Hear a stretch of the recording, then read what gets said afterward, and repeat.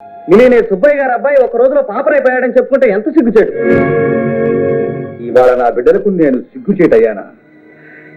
నాయనా చంద్రం, నువ్వు ఈ మాటనందుకు నాకు బాధ లేదు. నేను మీకు సిగ్గుచేటైతే మీరు నాకు గర్వకారణంగా బ్రతకండిరా. బతకాల్సిందే. ఏం పెట్టుకుని బతకాలి? నేను మీకు ఏం లోపం చేశానురా? జోదవాడానా? జల్సాగా ఖర్చు పెట్టానా? లక్షాధికారి బిడ్డల్ని కోటీశ్వరులు చేయదలుచుకున్నాను. పెద్ద ఎత్తున వ్యాపారం సాగించాను. ఆచారం చాలేదు. బీకామానస్ ఇందా, దీనిలో ఆస్తి ఎంతో, అప్పులెన్నో, అన్ని వివరాలు ఉన్నాయి. దీన్ని తీసుకుని దక్షత ఉంటే గట్టెక్కించు. నాకొద్దు. ఆస్తి 6 లక్షలు, అప్పు 16 లక్షలు అని ఈ ఇల్లు, వాకిలి, ఫర్నిచర్ అంతా ఆమె అప్పు తీరు. నాకేం మిగల్చలేదా? నీకోసం నేను మిగిలినాను కదే, చాలదు. ఆయన నీకేం లోపమే. రత్నాలకు 3 బిడ్డలు ఉన్నారు. ఎవరి దగ్గర ఉన్నా నీ రోజులు జరిగిపోతాయి. చంద్రుని పూల్లో పెట్టి పూజించుకుంటాడు. నాకంత తీరుబడి ఎక్కడ ఉంది? రాత్రి మగళ్ళు బిజినెస్ చేయాలి. కావాలంటే రాజు దగ్గర ఉండమని. అమ్మమ్మమ్మమ్మ, భార్యాభర్తలను విడదీయడం మహాపాపం. మాతా నాస్తి, పితా నాస్తి, నాస్తి బంధు సహోదర. అయినా తల్లెవరు, తండ్రెవరు, తనయుడెవరు? మీరు కొడుకులు కాదురా రాక్షసు. కోడళ్ళు రాగానే తల్లిని తండ్రిని కొడుకులు దూరం చేస్తారని విన్నాను. కానీ మీరు మీరు చేతికి 4 డబ్బులు రాగానే తల్లిని దూరం చేస్తున్నారు. ఇంకా నాకు కొడుకైనా కూతురైనా కల్పని దాని దగ్గరే ఉంటాను. అమ్మా అమ్మ, నీకు పుణ్యం ఉంటుంది. నా దగ్గర వద్దు. నేను పెళ్లి చేసుకుని అత్తవారింటికి వెళ్ళవలసిందాన్ని. నేను ఈ జన్మలో పుట్టవలసిన బిడ్డలు కాదు, ఏ జన్మలో చేసుకున్న పాపాలు. ఏమండి ఏమండి, మాట్లాడండి, చెప్పండి. ఇప్పుడు నన్ను ఏం చేయమంటారు? చెప్పండి. ఏ గంగలో దూకమంటారు? చెప్పండి.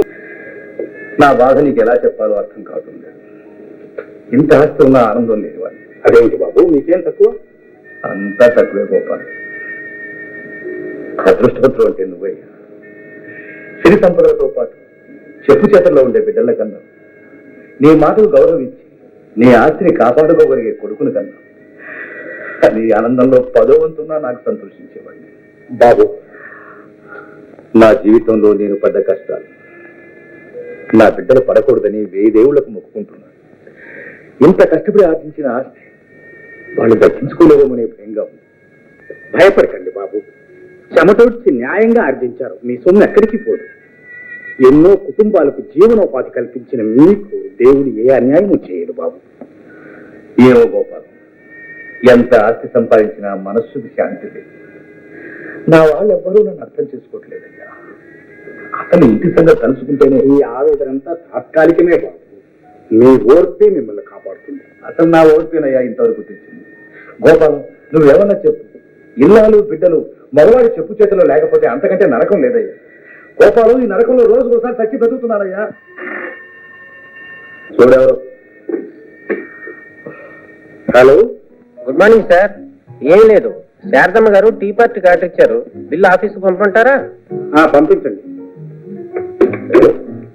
అమ్మగారు ఏదో పార్టీ ఇస్తున్నారట. హోటల్ వాడు బిల్లు ఇక్కడికే పంపుతానంట.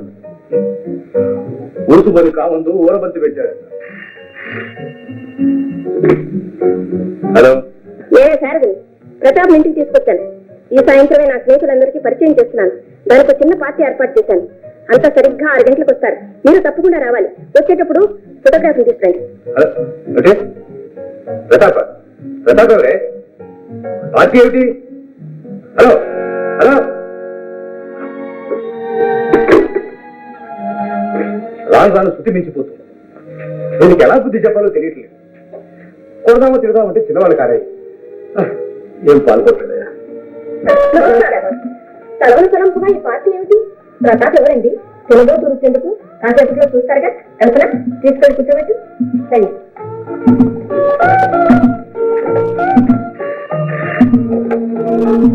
హలో, ఎవరండి? రావు గారా? ఇంటికి రాలేదండి, ఆఫీస్ లో ఉన్నారేమో. నువ్వు వెళ్ళి టిఫిన్ చూడు. సరేనమ్మా.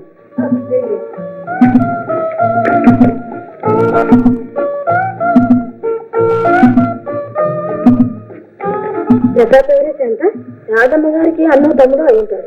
తోడబుట్టిన వాళ్ళ కోసం ఇంత ఆర్పాటు ఎవరు చేస్తారు ఈ రోజుల్లో? అయితే కాబోయే అల్లుడేమో. అదే అల్లా చెప్పు. హలో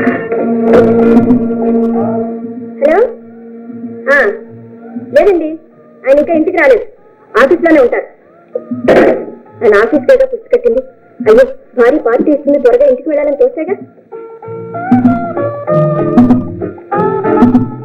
క్షమించండి, ఇప్పటికే ఆలస్యం.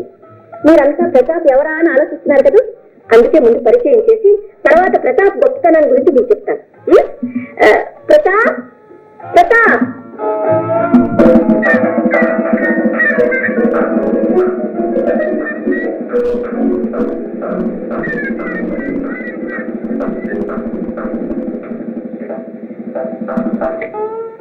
చిలక ప్రదర్శనలో 10 బహుమానాలు పొందిన ఈ ఛాంపియన్ డాక్టర్ 6,000 రూపాయలు కొన్నాను.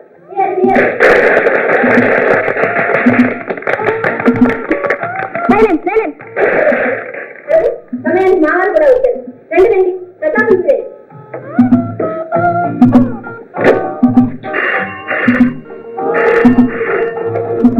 హలో, నేనే సుబ్బాయి మాట్లాడుతున్నాను.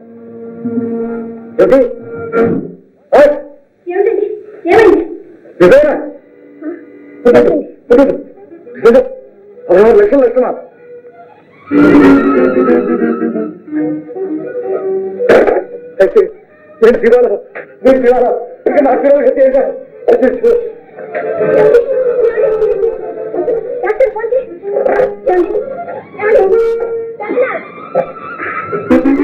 అందుకే తగిన శాస్తి జరిగింది. ఎంత డబ్బున్నా ఇంత మితిమీరిపోవటమా? కాస్త వెనక ముందు చూసుకోమ్మా శారదమ్మా అని నెత్తి ఎవరు మొత్తుకుంటే విన్నదా? సరే పదండి, ఇక ఇది అది ఇవ్వని మనం చూపిస్తాం. హలో, నేను రాజశేఖర్ మాట్లాడుతున్నానండి. ఏంటి, నాన్నగారి కంపెనీ దివాళా తీసిందా? జోకా? నిజంగానా? ఏమిటి, వ్యాపారంలో నష్టం 16 లక్షల?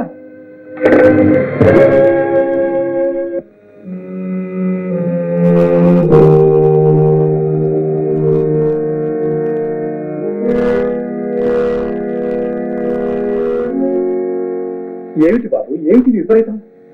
విధి గోపాలం, విధి. విధి కాదు, విపరీతం కాదు, మన చేత కంట. అంత పెద్ద వ్యాపారం చేస్తున్నప్పుడు కొంచెం జాగ్రత్తగా ఉండాల్సింది. ఆస్తంతా పెళ్ళాం పిల్లల పేరు పెట్టి ఎంత అప్పు చేసినా పర్వాలేదు, అది పెద్ద మనుషుల లక్ష్యం. సేఫ్టీ. పని విలువ, టైం విలువ, డబ్బు విలువ అంటూ ఊరందరికీ పాఠాలు చెప్పడమే కానీ పెళ్ళాం బిడ్డల విలువ ఏమైనా ఆలోచించారా? నేనేదో ఇండిపెండెంట్ గా వ్యాపారం చేద్దాం అనుకుంటుంటే పెట్టుబడికే మోసం వచ్చింది. నేను సుబ్బయ్య గారు అబ్బాయి ఒక రోజులో పాపరైపోయాడని చెప్పుకుంటే ఎంత సిగ్గుచేటు. ఇవాళ నా బిడ్డలకు నేను సిగ్గుచేటయ్యానా? నాయనా చంద్రం, నువ్వు ఈ మాటనందుకు నాకు బాధ లేదు. నేను మీకు సిగ్గుచేటైతే మీరు నాకు గర్వకారణంగా బ్రతకండిరా. బతకాల్సిందే, ఏం పెట్టుకుని బతకాలి? నేను మీకు ఏం లోపం చేశానురా? జోదవాడానా? జల్సాగా ఖర్చు పెట్టాను. లక్షాధికారి బిడ్డల్ని కోటీశ్వరులు చేయదలుచుకున్నాను. పెద్ద ఎత్తున వ్యాపారం సాగించాను. ఆచారం చాలలేదు. బాబు గారు, జరిగిందేదో జరిగిపోయింది, ఇక ముందేం జరగాలో ఆలోచించండి. వీళ్ళ ఊసే పట్టించుకోరే, పైగా గుణపాల లాంటి మాటలతో గుండెల్లో పొడుస్తున్నారు. అవును, ఆశిస్తేనే తండ్రి, తెచ్చి పోస్తేనే భర్త. ఇలాంటి సోమరపతుల మూలనే దేశంలో తగడిపోతుంది. దేశం గురించి ధర్మపన్నాలు మనకెందుకు? రేపు పొద్దున పిల్లలకి గతేం కావాలి? ఇప్పుడు నీకు ఈ బెంగ పట్టుకుంది. మంచిలాగా డబ్బు ఖర్చు పెట్టావే, అప్పుడు రావాల్సిందే నీకు ఈ ఆలోచన. ఒక్క పూట సినిమాకి 2,000 రూపాయలు ఖర్చు పెట్టాడే నీ పెద్ద కొడుకు, అప్పుడు ఏమైందే నీకు ఈ ఆలోచన? సోడా షాపుకి 100 అడుగు పెట్టాడే నీ రెండో కొడుకు, అప్పుడు ఏమైందే నీకు ఈ తెలివి? ఏదో కుక్క పిల్ల కోసం 6,000 రూపాయలు ఖర్చు పెట్టావు కదే, అప్పుడు ఏమైందే నీకు ఈ తెలివి? ఉంది కాబట్టి ఖర్చు పెట్టాం, ఇప్పుడు లేదు కాబట్టి అఘోరించండి. ఇంతకన్నా మీరేమంటారు? ఏమన్నా అంటాను, నాలాగా కాయ కష్టం చేసి డబ్బు కూడబెట్టమంటారు.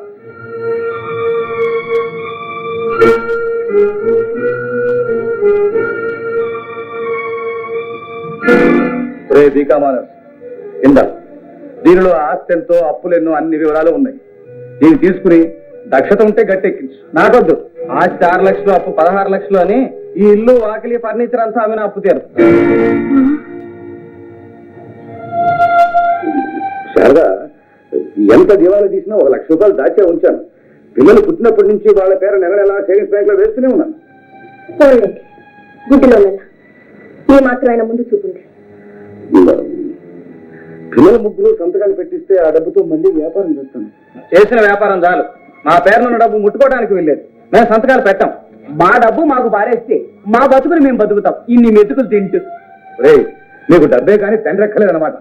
చెప్పండి, తండ్రి కావాలో డబ్బు కావాలో? తండ్రి ప్రాణం ఇచ్చిన వాడే, కానీ డబ్బు లేకపోతే ఆ ప్రాణం కాస్త పోతుంది. అవును బాబు, మాయదారి డబ్బు కోసం మమకారాలు తెంచుకుంటారా? కష్టకాలంలో తండ్రిని ఆదుకోవటం మీ ధర్మం నాయన. గోపాలం, ఒకరి దయాధర్మాలపై బ్రతికే నీచ స్థితికి నేను ఇంకా రాలేదయ్యా. కట్టుబట్టలతో ఈ ఊరు వచ్చాను, ఇంతటి వాడయ్యా. మళ్ళీ ఏ దూరదేశం పోతాను, జీవితం మొదలెడతాను. ఎవరొద్దన్నారు? ముందు మా డబ్బు మాకు ఇవ్వాలి. నా పేరు ఎంతుంది? ఏ బ్యాంకులో? మగవాళ్ళకి ఎంత ఇస్తారో నాకు అంతే ఇవ్వాలి. ఎవరి పేరెంతుందో అంతే ప్రాప్తి. గోపాలం, వీళ్ళు నా వ్యాపార సమస్యలు ఎలాగో తీర్చలేదు, నువ్వే కొనుక్కోవాలి. చంద్రం పేర 50,000 ఉన్నాయి, అవి వాడికి. రేపే ఆ డబ్బు బిజినెస్ లో పెట్టి లక్షలు సంపాదిస్తాను. రాజు పేర 25,000 ఉన్నాయి, చాలు, ఏడాదిలోనే రెట్టింపు చేస్తాను. కల్పన పేర 25,000 ఉన్నాయి, అవి వాళ్ళ అమ్మకి. వద్దు నాన్న, వద్దు. చంద్రానికి ఇవ్వు, వ్యాపారంలో పెడతాడు. అమ్మకిస్తే కర్పూరంలో ఖర్చు పెట్టేస్తుంది. సరే, ఎవరేం చేసుకుంటారో చేసుకోండి, నా బాధ్యత తీరిపోయింది. ఏమండి, నాకేం మిగిల్చలేదా? నీకోసం నేను మిగిలినాను కదే, చాలదు. ఆయన నీకేం లోపమే. రత్నాల 3 బిడ్డలు ఉన్నారు, ఎవరి దగ్గర ఉన్నా నీ రోజులు జరిగిపోతాయి. చంద్రుని పూల్లో పెట్టి పూజించుకుంటాడు. నాకంత తీరుబడి ఎక్కడ ఉంది? రాత్రి మగళ్ళు బిజినెస్ చేయాలి, కావాలంటే రాజు దగ్గర ఉండమని. అమ్మమ్మమ్మమ్మ, భార్యాభర్తలను విడదీయడం మహాపాపం. మాతా నాస్తి, పితా నాస్తి, నాస్తి బంధు సహోదర. అయినా తల్లెవరు, తండ్రెవరు, తనయుడెవరు? మీరు కొడుకులు కాదురా రాక్షసు. కోడళ్ళు రాగానే తల్లిని తండ్రిని కొడుకులు దూరం చేస్తారని విన్నాను, కానీ మీరు మీరు చేతికి 4 డబ్బులు రాగానే తల్లిని దూరం చేస్తున్నారు. ఇంకా నాకు కొడుకైనా కూతురైనా కల్పనే, దాని దగ్గరే ఉంటాను. అమ్మా అమ్మా, నీకు పుణ్యం ఉంటుంది. నా దగ్గర వద్దు, నేను పెళ్లి చేసుకుని అత్తవారింటికి వెళ్ళవలసిందాన్ని. వీళ్ళ జన్మలో పుట్టవలసిన బిడ్డలు కాదు, ఏ జన్మలో చేసుకున్న పాపాలు.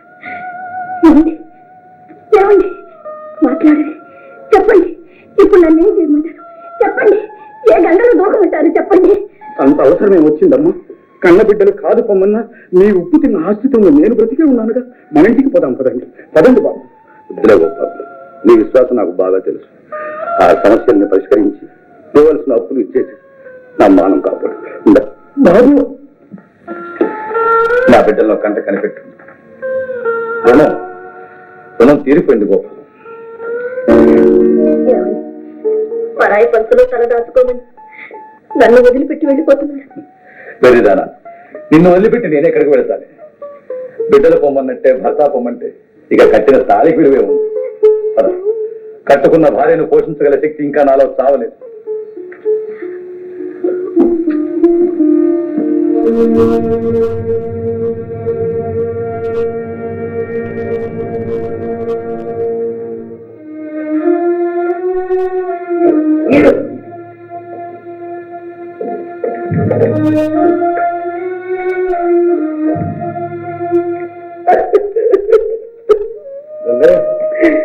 వెళ్ళిపోతున్నారా బాబు? ఏం చేస్తాం గంగయ్య, పౌలు అమ్ముకున్న ఊళ్ళో కట్టెలు అమ్ముకోలేం కదా. ఎక్కడో చోట ఎలాగైనా బ్రతకాలిగా. అంత మాట అనకండి బాబు. ఎంతకాలం మీ ఉప్పు తిన్నాను, కాయ కష్టం చేసైనా మిమ్మల్ని పోషించుకుంటాను. కలో గెంజు అంతా కలిసి తాగుదాం. మీరు వెళ్ళదు బాబు. శారదా, అంతాస్తి పోయిన తర్వాత ఈ బంగారం మాత్రం ఉండమని నేను ఉద్ధరిస్తుంది. పాపం గంగయ్యకి ఏ హోటల్లో పెట్టు బ్రతుకుతాడు బాబు. నవమాసాలు మూసి కనిపించిన బిడ్డల కన్నా నువ్వేనయ్యూ గంగయ్య. కలో గింజో కలిసి తాగుదాం రమ్మన్నా. అవును గంగయ్య, ఇంతకాలం మా కడుపుండా తిండి పెట్టావు. ఈ విధంగానే నా నీ రుణం తీర్చుకోను. గంగయ్యని కాస్త కనిపెట్టుంది. అలాగే